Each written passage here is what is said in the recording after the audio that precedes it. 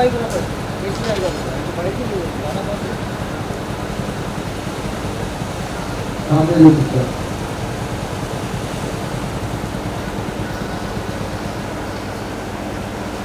Okay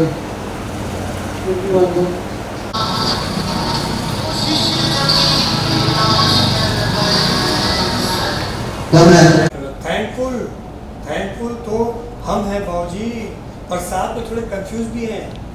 ओम ने कोई घूस नहीं दिया इस जॉब के लिए, मिनिस्टर के पीए पे हाथ भी उठाया आयशा की वजह से, फिर भी उसने उसकी पोस्टिंग कर दी, वो भी इतनी जल्दी। हाउ? ओम ने मंत्री के पीए पे हाथ उठाया? कब? क्यों? ओह सॉरी सॉरी सॉरी, हम भूल गए थे कि ये बात घर में किसी को पता ही नहीं है। तुम दोनों ने, पर हम तो उड़ती चिड़िया के पर गिन लेते हैं ना, तुम दोनों तो फिर भी हमारे साथ इसी घर में रहते हो। पता चला था हमें कि ओम का नाम लिस्ट से हटा दिया, इसीलिए था क्योंकि तुम उस पीए के पास गई थी ओम को जॉब के लिए रेफरल दिलाने, और उसने तुम्हारे साथ बदतमीजी करने की कोशिश की। शॉप ये ना बदतमीजी की ईशा के साथ ईशा भाभी वो शॉप हो जाए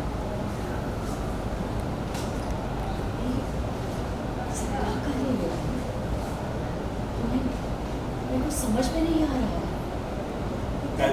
माँ जी हम बताते हैं, समझने के लिए हम है ना, समझाने के लिए।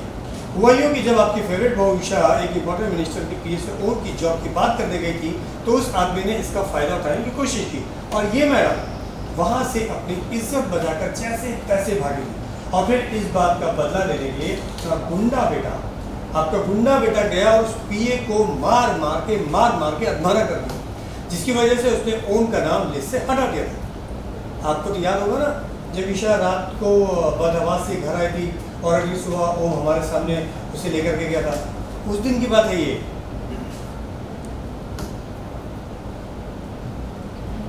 आपकी ईशा तो सब हो गया और तुमने हमें कुछ और